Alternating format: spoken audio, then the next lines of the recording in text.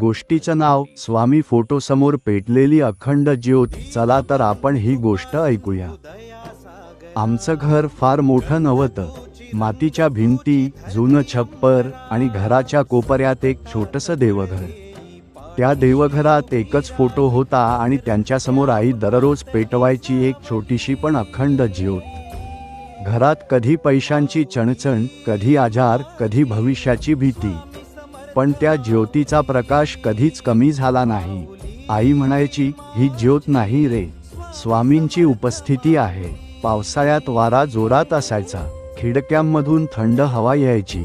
कधी कधी मला वाटायचं आज तर ज्योत विझेलच, पण कधीच विझायची नाही. एकदा घरावर मोठं संकट आलं. सगळे हात टेकले होते. त्या रात्री घरात शांतता होती, फक्त देवघरात तीच ज्योत शांतपणे जळत होती. आई त्या फोटोसमोर बसली,